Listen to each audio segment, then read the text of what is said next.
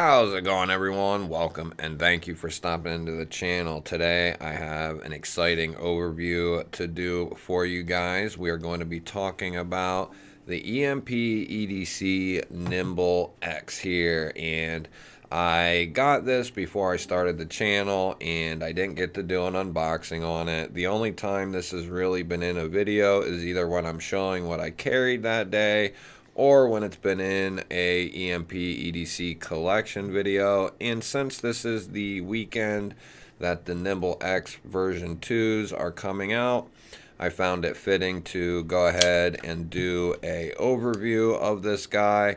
And I'm also carrying this today along with the MagnaCut relative from EDC. This is one of my many pride and joys from EDC, but I absolutely love this knife. The hollow ground blade, you have MagnaCut, great action, great micro milling in the titanium. This is a phenomenal knife from EMP, and if you missed out on it, hopefully you snag one next time, because this is a phenomenal knife. So the star of the show is the Nymble X version 1. No, I was not special enough to get a version 2, but I will be buying one at come the weekend, at least when they drop. So I will be getting one at some point here, but I would like to go ahead and talk about the version 1. So we have the EDC Nymble X. This is the quote-unquote full-size Nymble, 3.5 inches, I believe. We'll go ahead and get an accurate measurement of this guy. So you're going to have 3 inches of cutting edge and 3.5 inches of total blade length. And you have 8 inches overall, so this is a full-size puppy here. So we'll go ahead and move into some comparisons, and why don't we compare it with some of its brothers to get started. There is the Nymble W, there is the relative, and why don't we go ahead and do one more. There is the OG Nymble liner lock. So you can see it's a pretty good size knife. The original Nymble is a 3-inch knife. The Nymble W is like a 3.3-inch knife, I believe. Here is the Vosteed Nightshade, the Thumbhole edition. Here is the CJRB Pyrite. A lot of people have those, and the Vosteed. Here is the Artisan Cutlery Ahab. So that's a pretty good size comparison there. That's almost spot on with the Nymble X. And here we'll do one more. Here is the Kaiser Drop Bear. So it is a great size in my opinion. The 3.5 inch, the 3 1/4 to like 3 3/4 is like perfect for me. This being 8 inches is like right in my wheelhouse, especially with that finger choil. It is a perfect size. So we'll go ahead and do some materials here. You have a modified sheep's foot blade, spear point blade. It's a very unique blade shape. It's spear pointy. It's kind of sheep's footy. John has it labeled as a sheep's foot. It is a machined satin ground blade. It is a flat grind.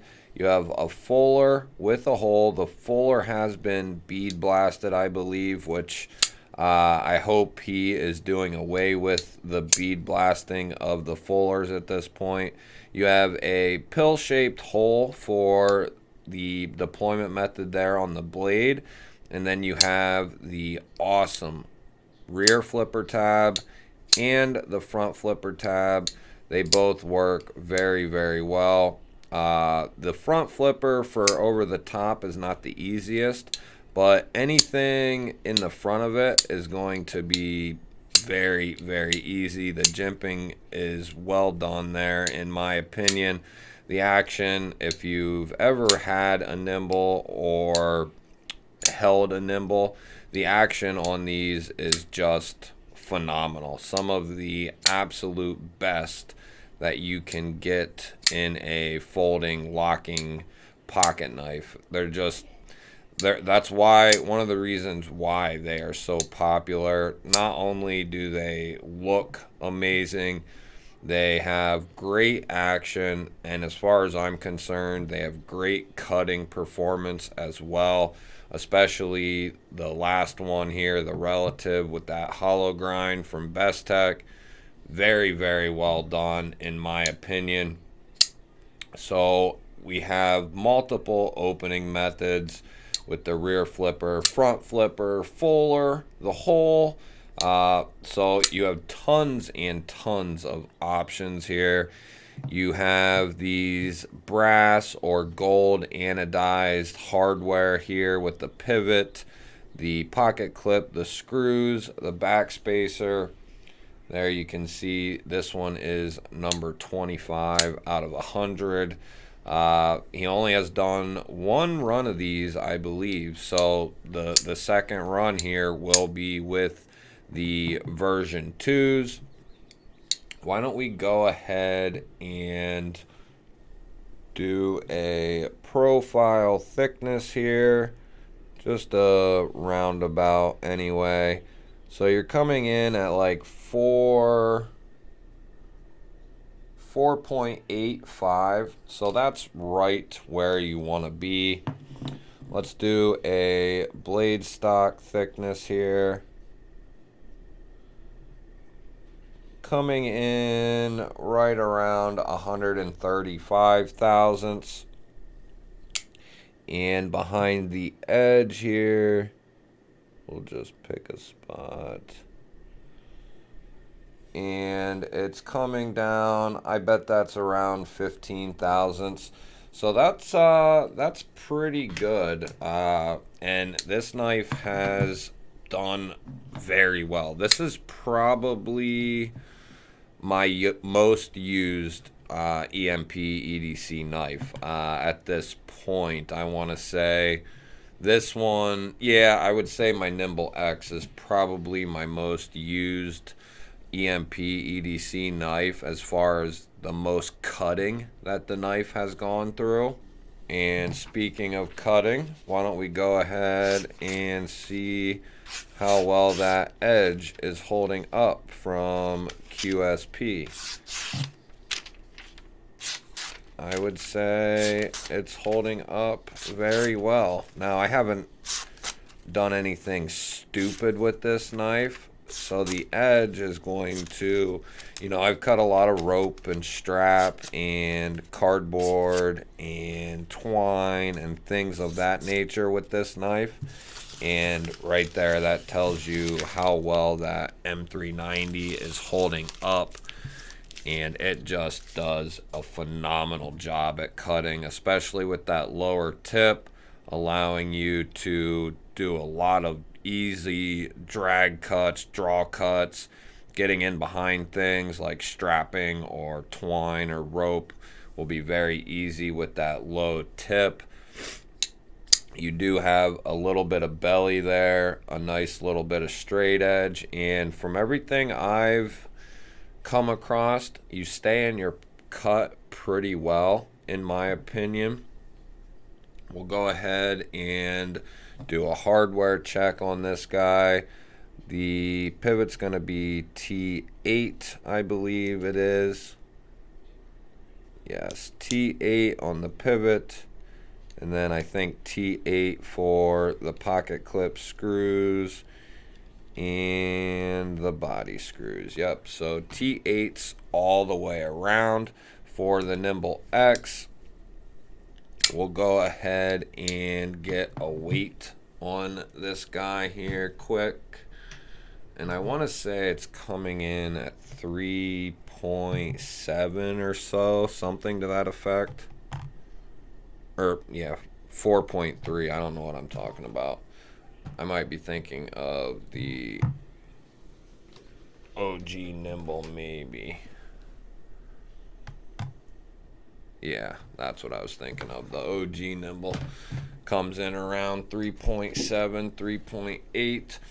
So the lockup has done very well. This thing has been open and closed 1,000 times. There's no up and down blade play. There's no side to side blade play.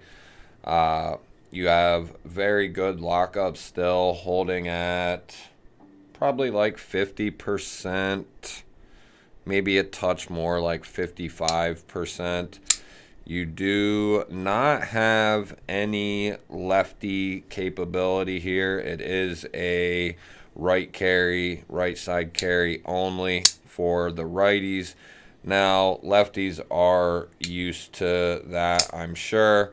This knife can be used left-handed very easily. I mean, I'm not left-handed, but I do mess with my knives left-handed, and this is one of my favorite knives to manipulate or use left-handed. There is absolutely no play at all for the detent in the closed position. Everything is holding up very well. I know there has been some people who maybe had some issues with either their lock bar or something to that effect I've seen, but I have several Nymbles, several EMPs, and I have no issues with any of them that I have come across or have found. So this knife overall is a phenomenal knife, and everything that this knife is right now, the version 2 is going to be that much better. The version 2 is going to have a hollow grind, so it's going to be even slicier than this flat grind is. You're going to have a little different look as far as the milling. You're basically going to be getting a knife that looks like this almost right there. It's going to be milled similar to the relative.